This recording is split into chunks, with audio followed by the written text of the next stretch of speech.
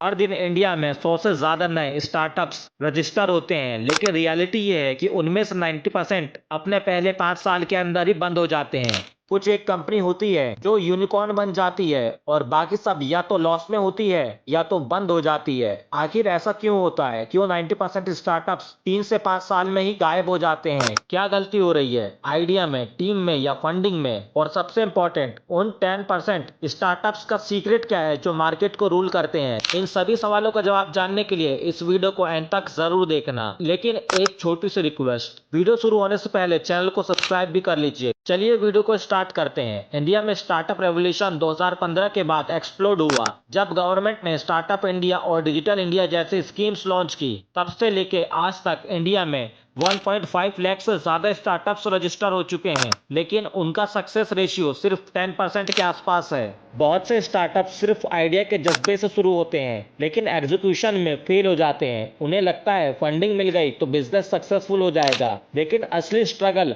Funding के बाद शुरू होता है, जैसे product market fit, customer attention और स्केलिंग। बहुत सारे फाउंडर्स एक गलती करते हैं, वो देखते हैं कि कोई बिजनेस यूएसए में चल रहा है और इंडिया में उसका वर्जन बना देते हैं। जैसे 2010 में हर कोई Ola for X, Uber for Y बनाना चाहता था, पर हर मॉडल हर देश के लिए फिट नहीं होता। इंडिया के कंज्यूमर्स अलग सोचते हैं, अलग खरीदते हैं और उनके प्रॉब्लम्स भी यूनिक होते हैं। जो चीज़ सिलिकॉन वैली में चलती है वो इंडिया में इंफ्रास्ट्रक्चर, इनकम लेवल और ऑडियंस माइंडसेट के हिसाब से फेल हो सकती है। यही वजह है कि कॉपी पेस्ट स्टार्टअप चल नहीं पाते। उन स्टार्टअप्स में ओरिजिनलिटी और लोकलाइजेशन की कमी होती है। एक और बड़ा रीजन ये है, लोग स्टार्टअप शुरू करते हैं बिना प्रॉब्लम सॉल्व किए, बस ट्रेंड को फॉलो करके। 2021 के क्रिप्टो बूम में हर कोई क्रिप्टो ऐप बनाने लगा, लेकिन जैसे ही मार्केट गिर गया 90% ऐप्स गायब हो गए। एक सक्सेसफुल स्टार्टअप पेन किलर होता है, विटामिन नहीं, यानी वो एक असली दर्द सॉल्व करता है, कोई फैशन नहीं। अगर बिजनेस किसी प्रॉब्लम को जेन्युइनली सॉल्व नहीं करता तो लोग सिर्फ ट्राई करते हैं, उसे परमानेंटली अडॉप्ट नहीं करते। स्टार्टअप के फेल होने का सबसे कॉमन रीजन है पैसा खत्म हो जाना। फाउंडर सोच लेते हैं कि फंडिंग से सब सेट हो जाएगा, लेकिन उन्हें यूनिट इकोनॉमिक्स का मतलब तक नहीं पता होता। स्विगी और जोमेटो दोनों डिस्काउंट देते हैं, पर उनके पास एक क्लियर लॉन्ग टर्म प्लान है, कस्टमर डाटा और मार्केट मोनोपोली के लिए। लेकिन छोटे स्टार्टअप्स ये नहीं समझ पाते और जल्दी ही कैश बर्न कर देते हैं। फाइनेंशियल प्लानिंग में ये समझना होता है कि एक कस्टमर से कितना प्रॉफिट मिलता है और उसे एक्वायर करने में कितना लगता है। अगर CAC, customer acquisition cost, profit से ज्यादा है तो बिजनेस कभी स्टेबल नहीं हो सकता। स्टार्टअप के फाउंडर की सोच उसका कल्चर बनाती है। अगर लीडरशिप कंफ्यूज्ड हो तो टीम भी डायरेक्शन लूज कर देती है। वी वर्क का डाउनफॉल याद है? $1 बिलियन कंपनी सिर्फ फाउंडर के ईगो और बैड लीडरशिप की वजह से कोलैप्स हो गई। एक सक्सेसफुल स्टार्टअप के लिए विजनरी लीडर चाहिए होता है, जो अपनी टीम को इंस्पायर करे, उनकी स्किल्स को सही यूज करे। अगर फाउंडर माइक्रो मैनेज करे या ब्लेम गेम खेले तो स्टार्टअप अंदर से ही टूट जाता है। स्टार्टअप के लिए बेस्ट प्रोडक्ट बनाना इनफ नहीं है, आपको लोगों तक उस प्रोडक्ट की कहानी पहुंचानी पड़ती है। पेपर बोट ने सिंपल ड्रिंक को नॉस्टैल्जिया के इमोशन के साथ ब्रांड किया और उसकी एक अलग कैटेगरी बना दिया।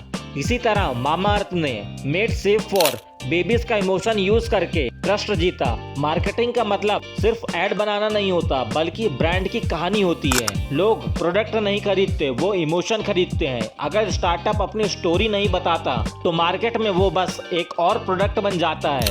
हर बिजनेस के लिए सबसे वैल्यूबल चीज होती है कस्टमर का फीडबैक, पर कई स्टार्टअप्स अपने ईगो में उसे इग्नोर कर देते हैं। नोकिया ने स्मार्टफोन ट्रेंड को इग्नोर किया और देखा रिजल्ट क्या हुआ। स्टार्टअप अगर यूजर्स की बात नहीं सुनता तो वो अपना ही फ्यूचर को बर्बाद कर रहा होता है। कंज्यूमर फीडबैक एक फ्री कंसल्टेंसी होती है जो कंपनी यूजर्स के एक्सपीरियंस से सीखती है, वो इवॉल्व करती है और जो उसे इग्नोर करते हैं वो एक्सटेंट हो जाते हैं। अब बात करते हैं उन 10% स्टार्टअप्स की जो सरवाइव करते हैं और मार्केट में राज करते हैं, जैसे टाटा, वन मैक, जीरोधा, क्रेट, बायजूस, इनिशियली, फिजिक्स वाला। ये स्टार्टअप्स प्रॉब्लम फर्स्ट थिंकिंग से चलते हैं। वो अपने कस्टमर्स के दर्द समझते हैं और उनके लिए एक सोल्यूशन डिजाइन करते हैं जो रियल वर्ल्ड में काम करे। इनके फाउंडर्स विजनरी होते हैं जो शॉर्ट टर्म प्रॉफिट के बजाय लॉन्ग टर्म ब्रांड बिल्ड करते हैं, और सबसे इंपॉर्टेंट ये अपनी टीम और कल्चर में क्लैरिटी रखते हैं। आज इंडिया एक ऐसे फेस में है जहां हर गलती एक लर्निंग है,